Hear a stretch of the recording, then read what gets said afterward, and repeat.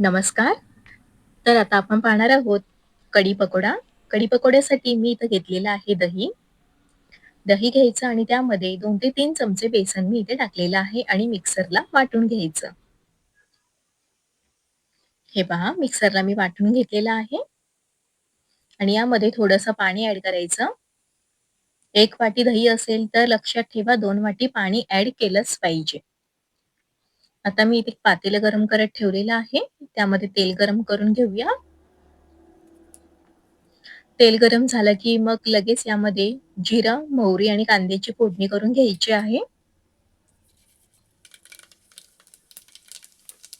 हे बघा, जिरे आणि मोहरीची फोडणी करून घेतलेली आहे. मग यामध्ये बारीक चिरलेली मिरची, 4 ते 5 मी इथं बारीक चिरून घेतलेल्या मिरच्या घेतलेल्या आहेत आणि इथे 2 बारीक चिरलेले कांदे. कांदा ऑप्शनल आहे. वापरूही शकता, नाही वापरला तरी चालेल. इथे घेतलेलं आहे हिंग. आता हे सर्व भाजून घ्यायचं आहे. 4 ते 5 मिनिटं कांदा आपल्याला छान असा मऊ होईल असा भाजून घ्यायचा आहे.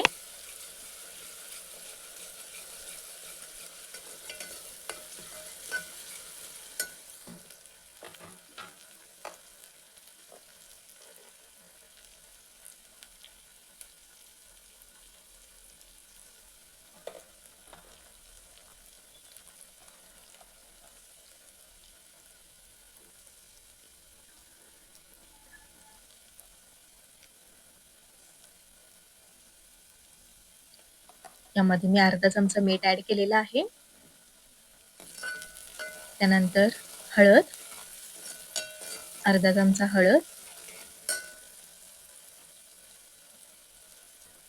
या फोडणीमध्येच मीठ आणि हळद ॲड करून घ्यायचं आहे आणि तेलावरती छान परतून घ्यायचं आहे. आणि मग नंतर आपण बेसन आणि दही वाटून घेतलं होतं, ते यामध्ये ॲड करून घ्यायचं आहे. फोडणी करून घ्यायची आहे आणि आपल्याला हवं तितकं पाणी वरून ॲड करायचं आहे. कढी आपल्याला किती पातळ हवी आहे किंवा किती घट्ट हवी आहे त्यानुसार इथे आपण पाणी ॲड करणार आहोत.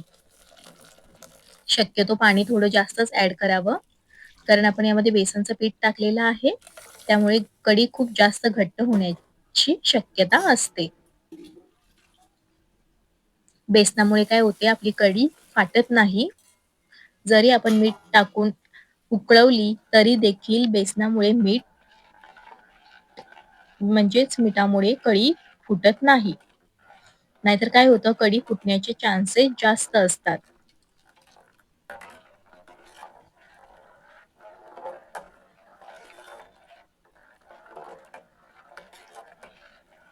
ही कढी आपण गोड करून घेणार आहोत.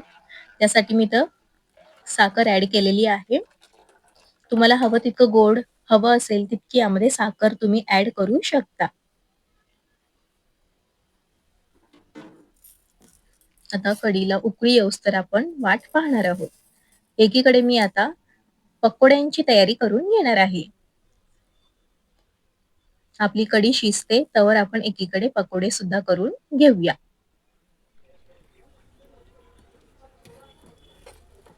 हे बघा, कढीला उकळी आलेली आहे आणि कढीला कसा दाटसरपणा आलेला आहे.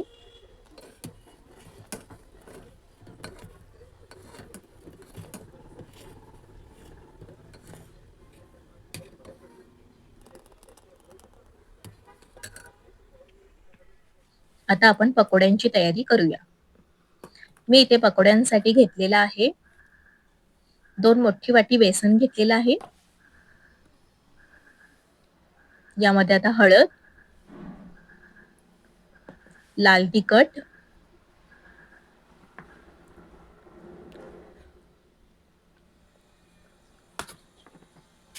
खाण्याचा सोडा, चिमूटभर खाण्याचा सोडा, ओवा घेतलेला आहे मी इथे. हातावर हा असा थोडासा चोळून घ्यायचा ओवा आणि चवीप्रमाणे मीठ. मीठ नेहमी हाताच्या अंदाजानेच. इथं मी मीठ देखील वापरलेलं आहे आणि पाणी टाकून व्यवस्थित पीठ वलवून घ्यायचं आहे. भज्यासाठी आपण कसं पीठ तयार करून घेतो त्याचप्रमाणे हे पीठ देखील आपल्याला करून घ्यायचं आहे आणि आजी आपल्याला गोल गोल छोटे छोटे पकोडे म्हणजेच भजी करून घ्यायचे आहेत. आपलं पीठ जास्त पातळही नसावं आणि जास्त घट्टही ठेवायचं नाहीये. हे बघा मी तुम्हाला दाखवते त्याच पद्धतीने आपल्याला पीठ इथे वापरायचं आहे.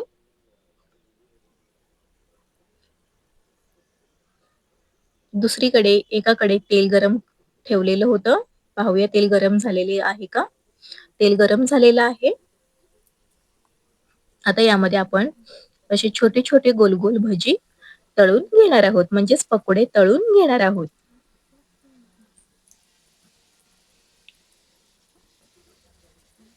हे आता फुगून तेलावरती तरंगायला लागतील.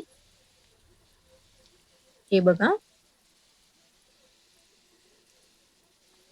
या पकोड्यांमध्ये कांदा वगैरे काही नसतो. फक्त हे पिठाचे भजी असतात.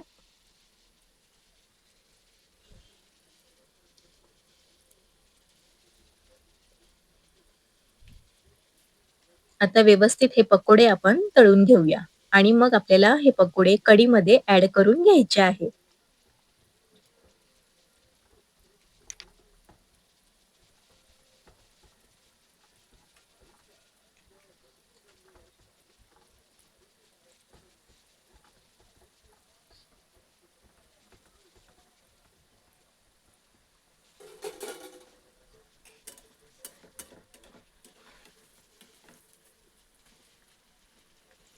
हे बघा मस्त असे हलके हे पकोडे होतात. खाली कढईला चिटकत देखील नाहीत. अगदी अलगद सुटले आहेत आपले पकोडे. असे खाण्यासाठी सुद्धा खूप चविष्ट लागतात. पण हे आपण कढीसोबत खाणार आहोत. व्यवस्थित शिजवून घ्यायचे आहे. बारीक गॅसवर हे पकोडे आपल्याला तळून घ्यायचे आहेत.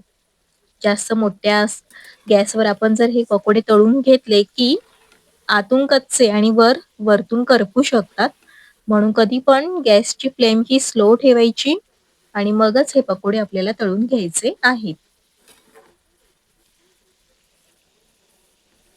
लालसर सोनेरी कलर येऊस्तर आपल्याला हे पकोडे तळून घ्यायचे आहेत.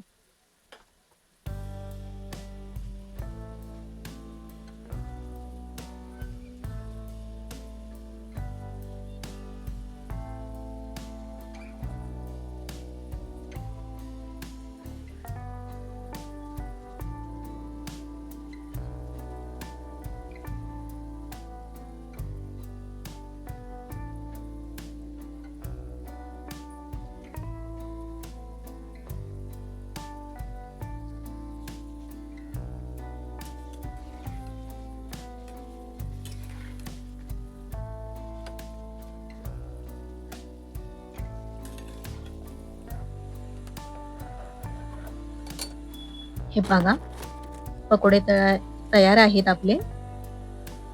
आता मी या कढीमध्ये सोडून घेणार आहे.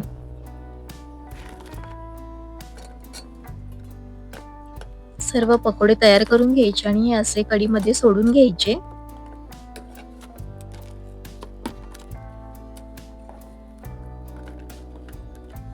आणि 15 ते 20 मिनिटांसाठी हे पकोडे कढीमध्ये मुरू द्यायचे.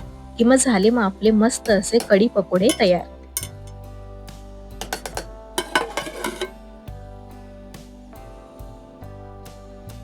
आता मी हे 15 ते 20 मिनिटांसाठी झाकून ठेवणार आहे. आहे की नाही मस्त आणि छान छान सोपी सोपी रेसिपी.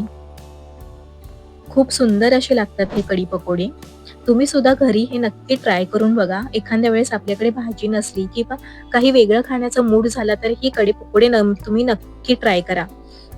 आपल्या घरात अवेलेबल असणाऱ्या साहित्यांमधूनच हे तयार होतात. ते पण अगदी झटकेपट. अशा छान छान आणि सोप्या सोप्या रेसिपींसाठी #रुपाज कुकिंग अँड ट्रॅव्हलला नक्की सबस्क्राईब करा. परत भेटूयाच अशाच छानशा रेसिपी सोबत. तोपर्यंत बाय बाय.